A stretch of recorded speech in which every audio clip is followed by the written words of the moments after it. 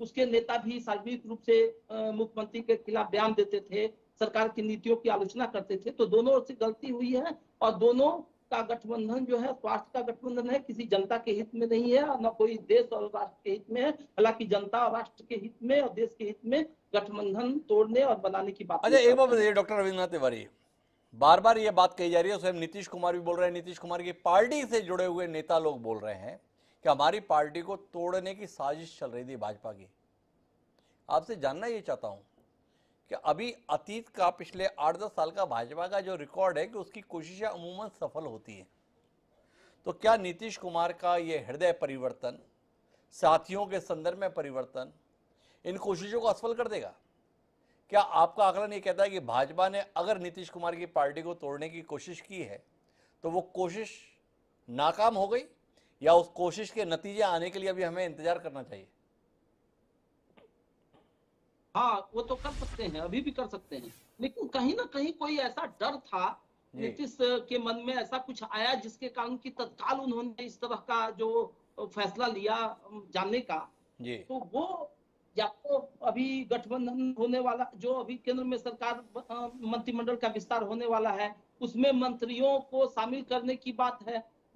अभी एक और बात है, नई बात, कि उसमें आरजेडी के जो राष्ट्रीय अध्यक्ष हैं ललन सिंह, जी वो बहुत ही प्रभावी हो गए हैं। जी और वो जो सीपी सिंह के हटने के बाद उनका शुरू से रहा है भाजपा के जो आला नेताओं के प्रति उनका एक, दोनों में पटरी नहीं रही है। क्योंकि यह कहा जाता था कि जिस समय आरसीपी सिंह बने मंत्री, उस समय नीतीश ललन सिंह को भी बनाना चाहते थे, लेकिन भाजपा का केंद्रीय नेतृत्व यानी कि प्रधानमंत्री नरेंद्र मोदी और अमित शाह ऐसा नहीं, उस पर उनके नाम पर सहमति नहीं दिए।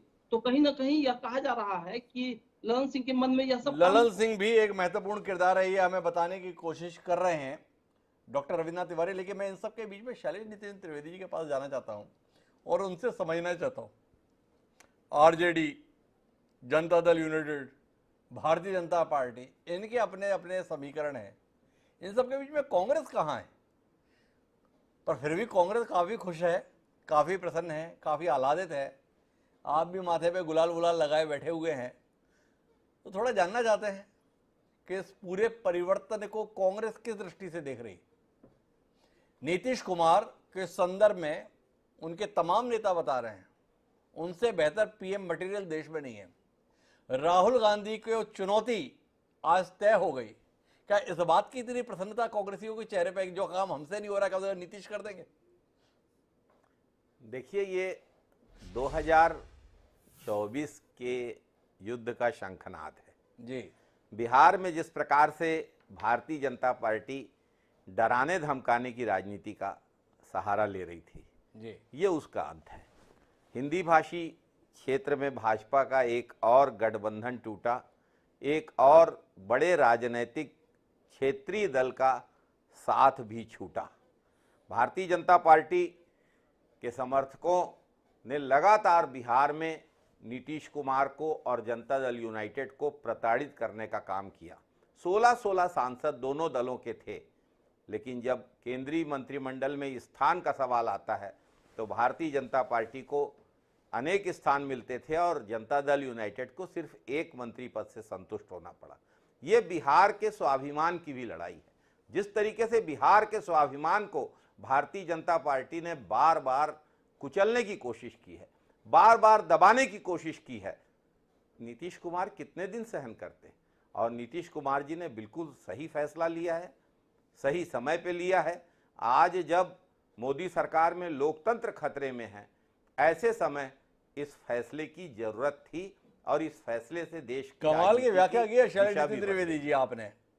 43 सीट हासिल करने वाली जनता दल यूनाइटेड के सम्मानीय नेता नीतीश कुमार को भारतीय जनता पार्टी, जिसने 74 सीटें विधानसभा में हासिल की, मुख्यमंत्री बना दिया। ये बिहार का अपमान कर दिया। ये एक नई किस्म की व्याख्या है। समझना चाहते हैं आपके इस व्याख्या के मायने का? एक दूसरा आपने बताया नहीं, जनता दल यूनाइटेड के तमाम नेता कल से ये बता रहे हैं कि देश में प्रधानमंत्री के तौर पर नीतीश कुमार से बेहतर